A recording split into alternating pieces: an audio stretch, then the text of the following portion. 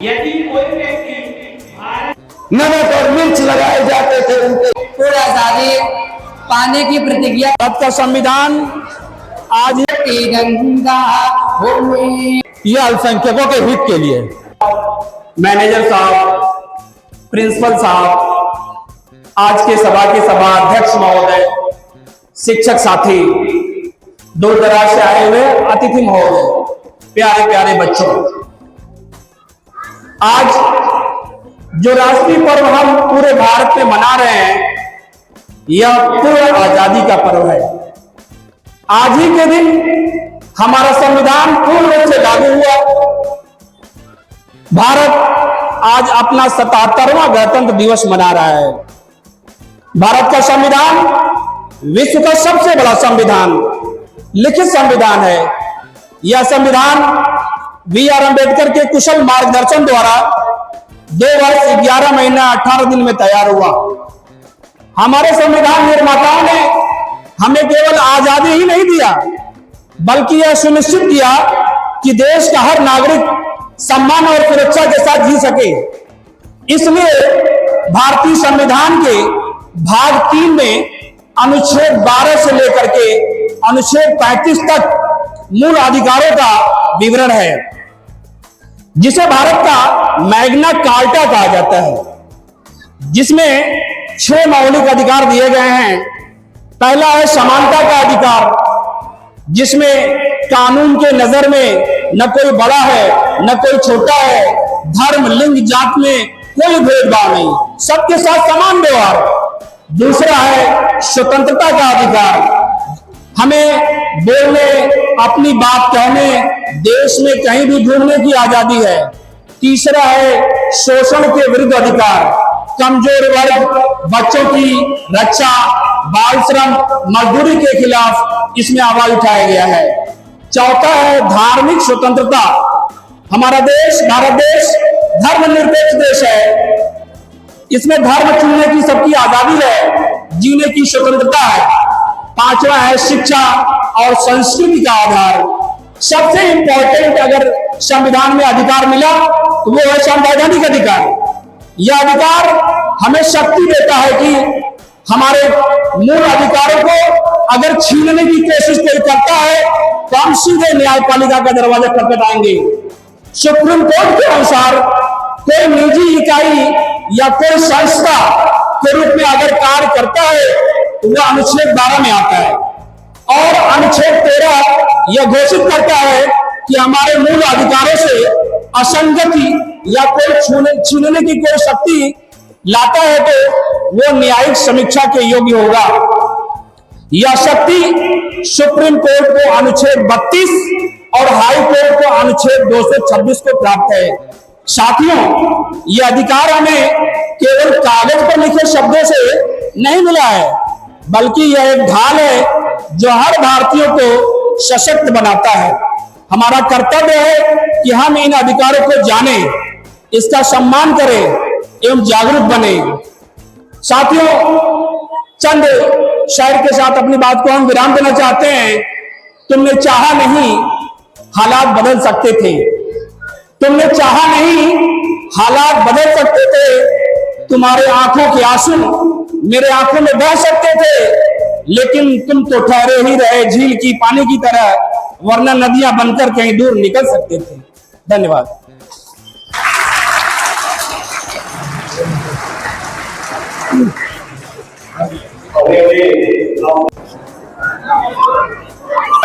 आज मेरे तकरीर का उन्वान अनुच्छेद 29 और 30 है। 29 और 30 क्या है, हम आज इसके बारे में बताएंगे। यह अल्पसंख्यकों के हित के लिए। अल्पसंख्यक किसे कहते हैं? भारत के संविधान में अल्पसंख्यक 2 प्रकार के होते हैं। पहला भाषा के आधार पर, दूसरा धर्म के आधार पर। अनुच्छेद 29 के बारे में बता रहे हैं आपको। भारतीय संविधान में अनुच्छेद 29 संस्कृति और शैक्षिक आधार से संबंधित है। इस अनुच्छेद के तहत आपको अपनी सांस्कृतिक, भाषा, लिपि का अधिकार प्राप्त होता है, और वह किसी भी समुदाय के सदस्य को शैक्षिक संस्थाओं में भेदभाव का सामना न करना पड़े, जिसमें यह आपके हितों की रक्षा करेगा। अनुच्छेद 30 जो कि सबसे बड़ा अनुच्छेद है, इसमें अल्पसंख्यक के दो मौलिक अधिकार दिए गए हैं। पहला, वह अपनी इच्छा से शैक्षिक संस्थान खोल सकता है। दूसरा सबसे बड़ा है कि वो उसका प्रशासन भी अपने हाथ में रख सकता है और सरकार को उसमें दखल देने का कोई भी हक नहीं है, ऐसा सुप्रीम कोर्ट ने कहा है। अनुच्छेद 30 वह अनुच्छेद है जिसको संसद भी जिसको भारत की संसद भी खत्म नहीं कर सकती है। क्यों? क्योंकि यह संविधान का प्रेम्बल है, यह संविधान की रूह है। अनुच्छेद 30 ऐसा सुप्रीम, अगर आपको माइनॉरिटी स्टेटस प्राप्त है तो सरकार उसमें कोई अपना मेंबर नहीं रख सकती। दूसरी आजादी यह है कि आप अपने संस्थाओं में फीस ले सकते हैं। तीसरी आजादी, अपनी संस्थाओं में आप 100% छात्र अपने कमेटी में रख सकते हैं। और लेकिन अगर आप शासन से कोई सहायता लेते हैं तो आप उसमें गैर अल्पसंख्यक को भी रख सकते हैं, लेकिन उनकी तादाद इतनी ना हो कि वो आपका माइनॉरिटी स्टेटस ही खत्म कर दे। सरकारी सहायता प्राप्त माइनॉरिटी स्टेटस हमें जो है आपको सिर्फ प्राप्त हो जाने से आपका माइनॉरिटी स्टेटस कभी खत्म नहीं हो सकता। आर्टिकल 29 में हमें सबसे बड़ी जो उपलब्धि है कि इस पर राइट टू एजुकेशन, इस पर जो है इस पर नहीं आता है। दूसरा, इसके ऊपर कोई भी आरक्षण हमारी संस्थाओं पर, कोई जैसे एएमयू का मामला आया कि उस पर जो है कोई भी आरक्षण उस पर लागू नहीं हो सकता। ये सबसे बड़ी देर आर्टिकल 30 की है। इन्हीं सब बातों के साथ मैं अपनी बात को खत्म करता हूँ। खुदा हाफिज।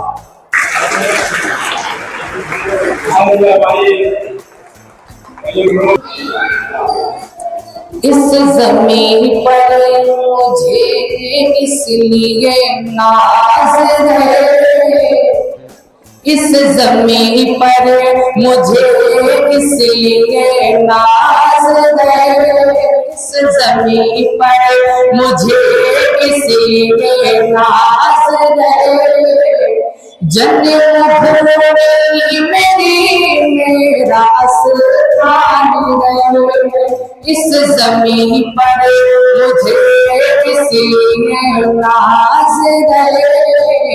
जन्मभूमि मेरी मेरा स्थान है, ये तिरंगा हो मेरी कफन लाश पर, ये तिरंगा हो मेरी कफन लाश पर।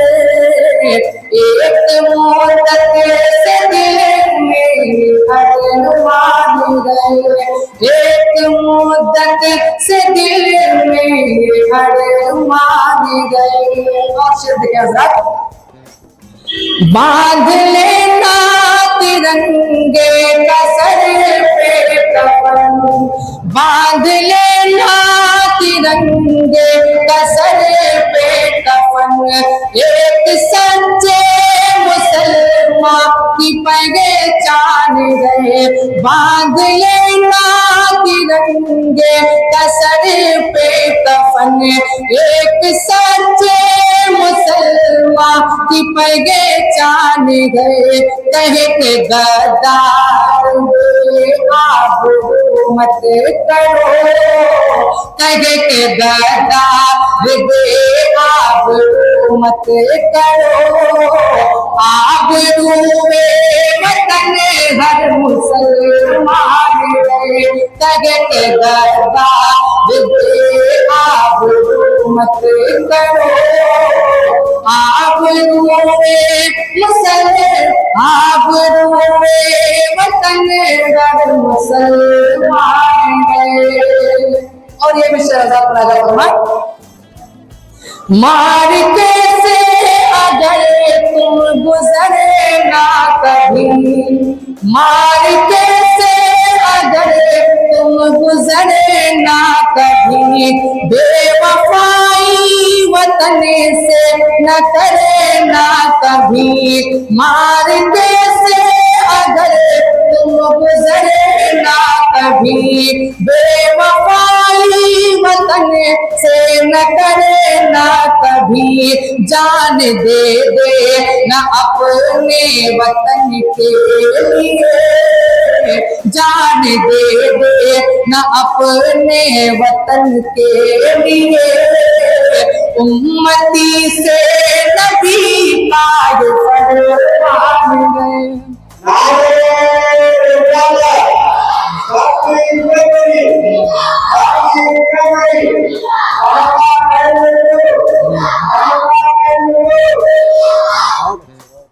मार के से अगर तुम गुजरे ना कभी, बेवफाई वतन से न करे ना कभी, जान दे ना अपने वतन के लिए।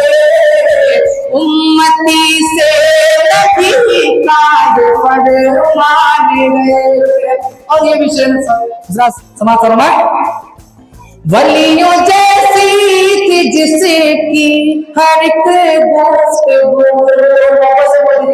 अल्लाह, वलियों जैसी थी जिसकी हर एक दोस्त दूध माने पिलाया जिसे बावजूद, वलियों जैसी थी जिसकी हर एक दोस्त दूध माने पिलाया जिसे बावजूद, जिसके आगे वो अंग्रेज थर्रा गए, जिसके आगे वो अंग्रेज थर्रा गए। नाम उस शेर के आती फुसलान गए, नाम उस शेर का आती फुसलान गए। वलियों जैसी थी जिसकी घर के दोस्त दूध माने पिलाया जिसे बावजूद, जिसके आगे वो अंग्रेज थर्रा गए। नाम उस शेर का सुल्तान गए इस जमीन पर मुझे इसलिए नाज गए, जन्म भूमि मेरी मेरा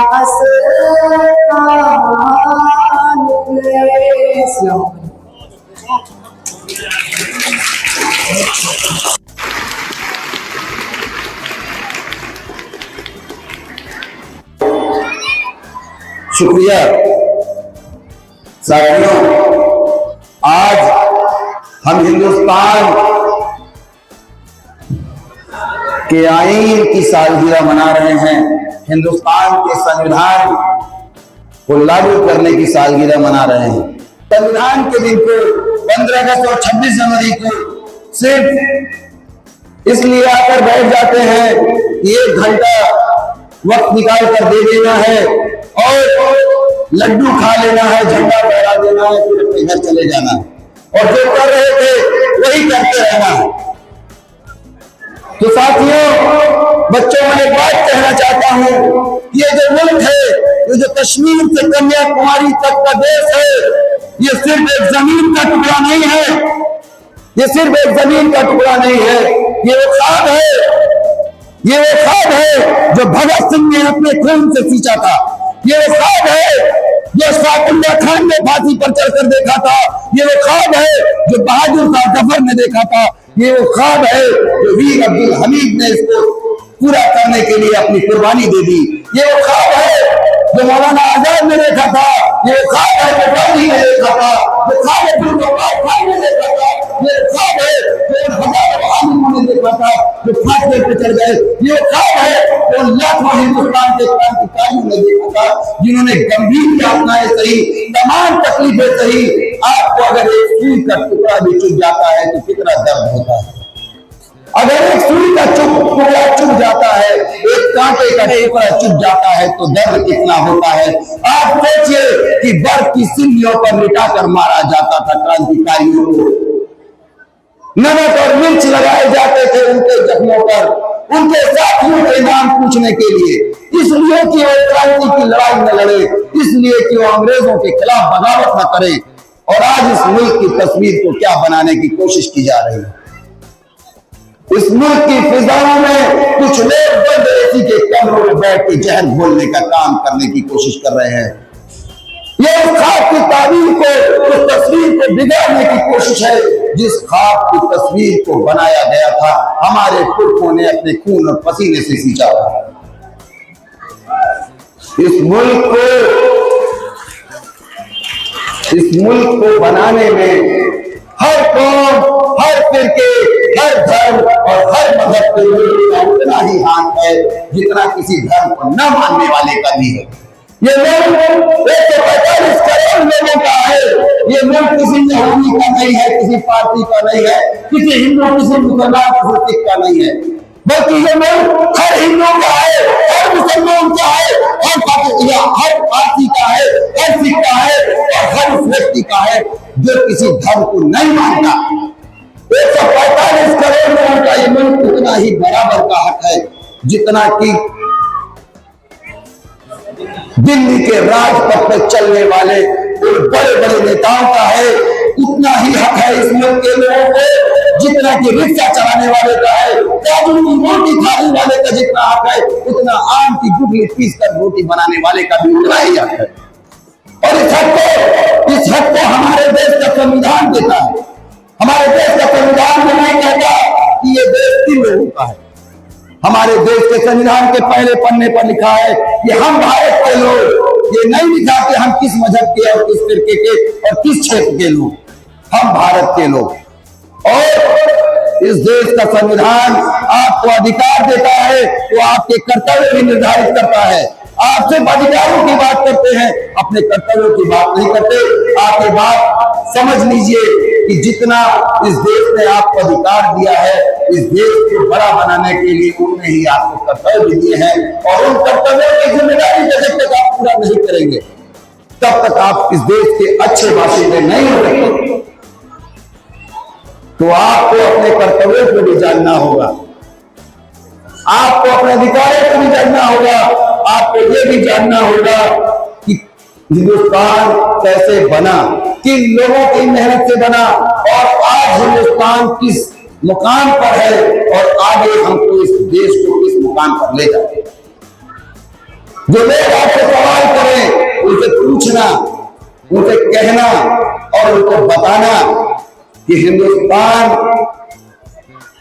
सिर्फ तुम्हारा नहीं है। अगर हमारे दिल चीर के देखोगे तो हमारे दिल से वही सदा आएगी जो हमारे पुरखों के दिलों से आती थी, सारे जहां से अच्छा हिंदुस्तान हमारा, सारे जहां से अच्छा हिंदुस्तान हमारा। और साथियों, मैं एक बात कहता हूं कि अगर मुसलमान अपने एक हाथ में कुरान और एक हाथ में संविधान लेकर जिस दिन चलने लगेगा उस दिन किसी की हैसियत नहीं होगी कि आपसे वो सवाल कर सके और आप उंगली उठा सके कि तुम्हारा अधिकार क्या है इस देश में। किसी की हैसियत नहीं होगी। ये सवाल उठाने की ताकत उनको हमारी यही कमी देता है, जिस कमी की वजह से वो हमसे सवाल करवाते हैं, क्योंकि आप नहीं जानते कि हिंदुस्तान का संविधान आपको कितनी ताकत है।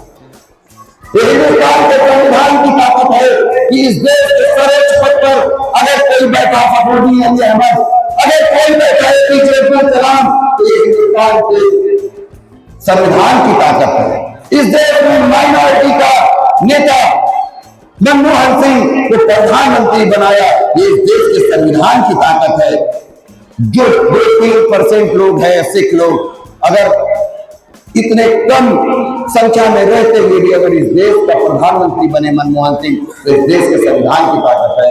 और साथियों, जिस दिन आप अपने संविधान की ताकत को जान जाओगे उस दिन आपसे कोई भी नहीं लड़ सकता। और मैं अपने तमाम जिम्मेदार लोगों से ये बात कहूंगा, अपने तमाम साथियों से ये बात कहूंगा, अपने तमाम टीचरों से ये बात कहूंगा कि 26 जनवरी और 15 अगस्त को सिर्फ झंडा फहराने तक सीमित न रखें। वो आप बच्चों को बताएं कि इस देश को बनाने के लिए हमारे पूर्वजों ने अपने खून पसीने को किस तरह से सींचा है। और इस देश के संविधान की वो मूल बातें जो जानना हर इस देश के हर आदमी के लिए जरूरी है, वो भी आपको बताएं। मैं छोटी सी कविता है तो पढ़ के अपनी बात को खत्म करूंगा कि ये विधि का विधान है कि सत्य संविधान है। ये विधि का विधान है कि सत्य संविधान है, कि भीम है रचयिता, संविधान ही अभिमान है। कि भीम है रचयिता, संविधान ही अभिमान है। आत्मा का ज्ञान है, ये हमारी शान है। जो कभी दबे कुचले, आज वो भी बलवान है। जो कभी थे दबे कुचले, वो आज भी बलवान है। समाज में जो हमारा मान है, संविधान ही उसकी पहचान है। संविधान ही उसकी पहचान है। झाड़ू डंडा और मटका, झाड़ू डंडा और मटका प्रेम बनी पहचान है। शिक्षा, स्वास्थ्य, नौकरी पर हक सबका समान है। मजबूर थे जो बैठने को नीचे, आज वो भी बाबूजी बड़े इंसान हैं। एहसान कैसे चुकाऊंगा, कर्ज ये कैसे उतारूंगा, यह सोच के हम परेशान हैं। होंगे हमारे तुम्हारे लिए बड़े बहुत महापुरुष, होंगे तुम्हारे लिए बस महापुरुष, हमारे लिए तो भीम ही फरिश्ते की पहचान है। ये विधि का विधान है कि सत्य संविधान है, कि भीम है रचयिता, संविधान ही अभिमान है। हिंदुस्तान जिंदाबाद।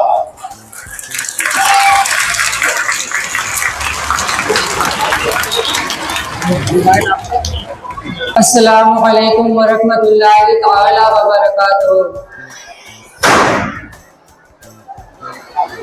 मोहब्बत की फिजाओं में अमन का गीत गाएंगे, मोहब्बत की फिजाओं में अमन का गीत गाएंगे।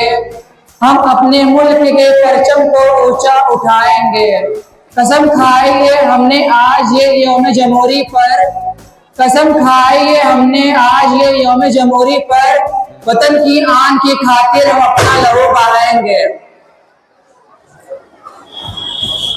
आज हम सब 26 जनवरी 2026 को भारत का 77वां गणतंत्र दिवस मनाने के लिए इकट्ठा हुए हैं।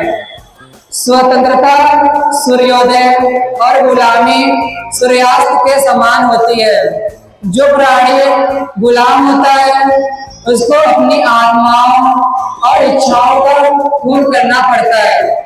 ब्रिटिश शासन के 200 सालों की गुलामी में यही स्थिति भारतवासियों की थी। गुलामी की इस जंजीर को तोड़ने के लिए भारत का पहला स्वतंत्रता संग्राम 1857 में मेरठ में सिपाही के विद्रोह के रूप में प्रारंभ हुआ।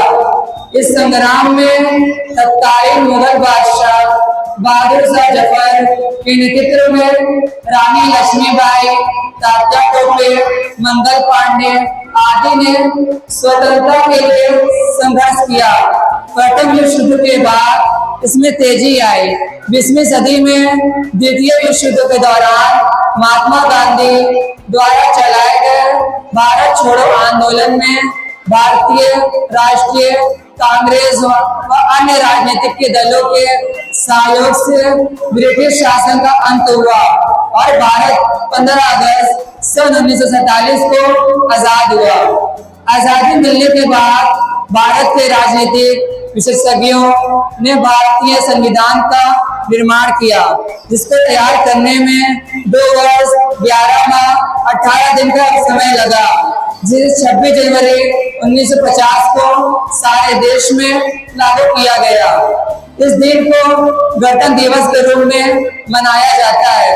इसके अलावा 26 जनवरी की तारीख पहले से ही है, ऐतिहासिक महत्व रखती है। इसी तारीख पर सन 1921 में पंडित जवाहरलाल नेहरू ने राष्ट्रीय कांग्रेस के लाहौरी अधिवेशन में देश के लिए पूर्ण आजादी पाने की प्रतिज्ञा की थी। इसलिए इससे पहले प्रतिज्ञा दिवस के रूप में मनाते थे।